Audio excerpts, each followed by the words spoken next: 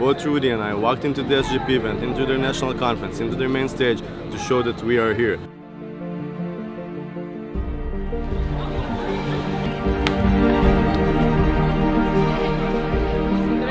We need some security over here, please. Students for Justice in Palestine is purely using Palestinian suffering only when it has to do with Israel. It means they won't talk about Palestinians dying by thousands in Syria, by the hundreds of thousands in refugee camps in Lebanon, suffering without equal rights in Jordan or on the border of Gaza and Egypt. They will only talk about the Palestinian suffering in order to use their suffering to attack Israel. If we can get security up here, thank you. If we can please get security over here.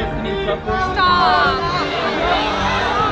Long live the Intifada! Long live the Intifada! Intifada, Intifada! Intifada!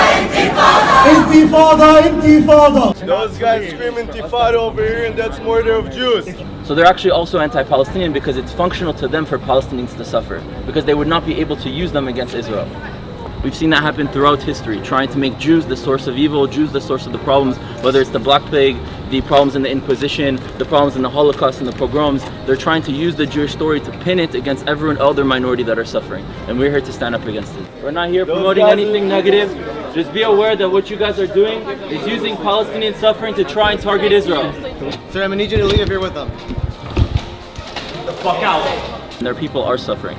Right, this is something that a lot of people on the pro-Israel side don't tend to understand. That Palestinians are human beings and they are also suffering from this situation. And Israel, with the power, the one that has the more power, has a responsibility to change what's happening on the ground. So we have to both be aware of what's happening to the Palestinians, but not allow someone else to use that suffering in order to attack our rights to exist. Because that is what's happening there. They don't actually care about Palestinians here. What event are they doing to try and promote Palestinian culture, to try and do an event about Palestinian suffering in any other land? They don't care about that. They will only talk about anything that has to do with Israel in order to demonize Israel in the face of the world. That is their goal.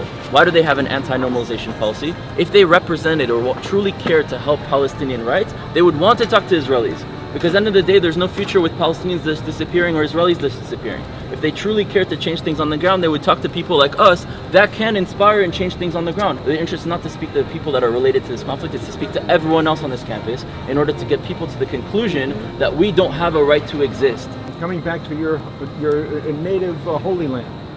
Holy land or not, you can be secular, you can be religious. This is the native land to the Jewish people. Whether they believe in the Torah or not, there's actually history that proves that this people not only were born and are rooted to this land, but they've maintained a constant presence for that land. And you know what? We won the wars that people attacked us. So we are here now, both historically and currently.